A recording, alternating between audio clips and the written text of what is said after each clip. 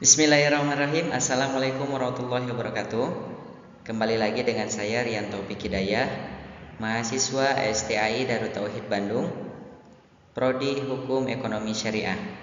Baik, pada kesempatan kali ini saya akan menjawab beberapa pertanyaan mengenai pengantar hukum Indonesia. Baik, langsung saja. Pertanyaan pertama, jelaskan pengertian dan sejarah pengantar hukum Indonesia. Pengantar hukum Indonesia adalah disiplin ilmu yang mempelajari dasar-dasar hukum di Indonesia, termasuk prinsip-prinsip dasar, struktur hukum, dan sistem perundang-undangan yang berlaku. Ilmu ini bertujuan memberikan pemahaman tentang bagaimana hukum di Indonesia dibentuk, ditetapkan, dan dipahami dalam konteks sosial, politik, dan budaya negara tersebut. Sejarah pengantar hukum Indonesia. Sejarah tata hukum di Indonesia terbagi atas beberapa periode. Di antaranya adalah periode prasejarah dan kerajaan, periode kolonial, periode kemerdekaan, dan periode reformasi hukum. Baik, lanjut pertanyaan kedua. Sebutkan pengantar hukum Indonesia dalam bahasa Belanda. Dalam bahasa Belanda, istilah pengantar hukum Indonesia diterjemahkan menjadi Inleiding tot het Indonesische Recht atau Inleiding tot het Indonesische Recht. Inleiding berarti pengantar atau pendahuluan, tot het Indonesische Recht atau tot het Indonesische Recht berarti ke hukum Indonesia. Istilah ini digunakan dalam konteks akademis untuk merujuk pada studi awal tentang sistem hukum di Indonesia. Ketiga, sebutkan seluruh sejarah dan tahapan tata urutan perundang-undangan di Indonesia. Sejarah perundang-undangan di Indonesia telah mengalami perdebatan serta perubahan yang berlangsung beberapa kali. Semua itu tentu dalam rangka mencapai sebuah harmonisasi segala aturan yang menyangkut hajat hidup seluruh warga negara Indonesia. Untuk proses penyusunan perundang-undangan di Indonesia, secara garis besar proses penyusunan perancangan undang-undangan pada dasarnya melalui 4 tahapan, yaitu persiapan penyusunan rancangan undang-undang atau RUU, pembahasan rancangan undang-undang, pengesahan, pengundangan, dan penyebarluasan, serta tahap diundangkan oleh Sekretariat Negara. Jenis dan hierarki peraturan perundang-undangan yang diatur dalam pasal 7 Undang-Undang Nomor 12 Tahun 2011 adalah sebagai berikut. Yang pertama, Undang-Undang Dasar Republik Indonesia 1945, 2 TAP MPR, 3 UU atau Perpu, 4 Peraturan Pemerintah, 5 Peraturan Presiden, 6 Peraturan Daerah.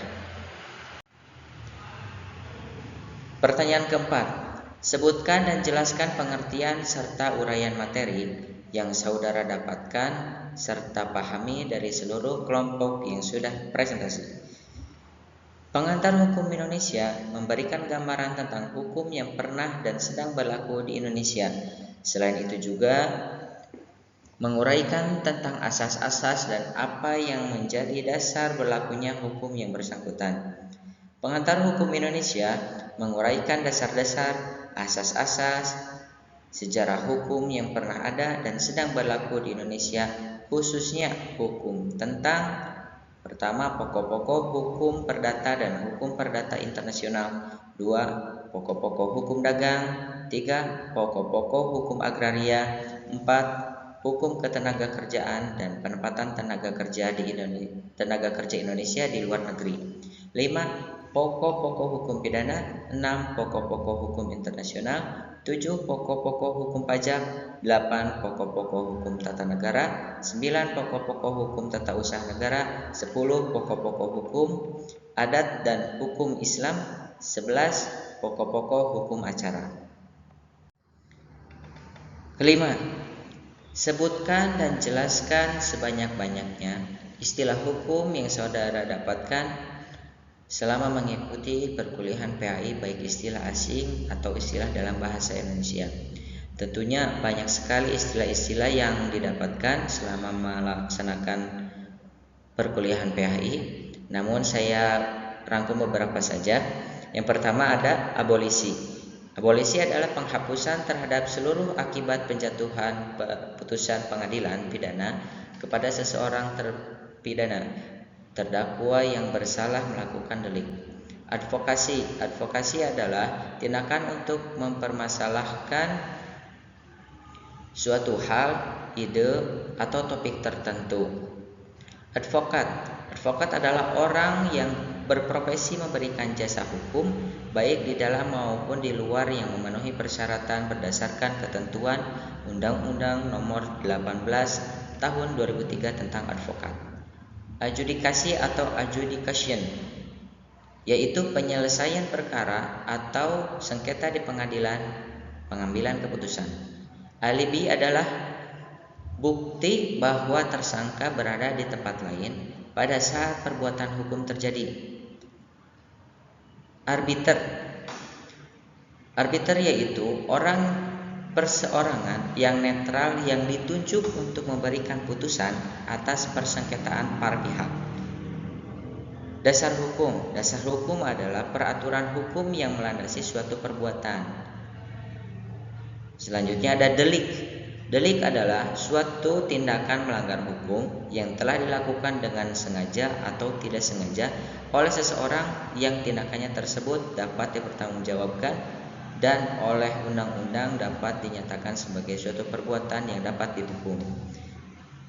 Selanjutnya ada deposisi, yaitu bukti saksi atau ahli yang didasarkan atas sumpah yang dilakukan di luar pengadilan.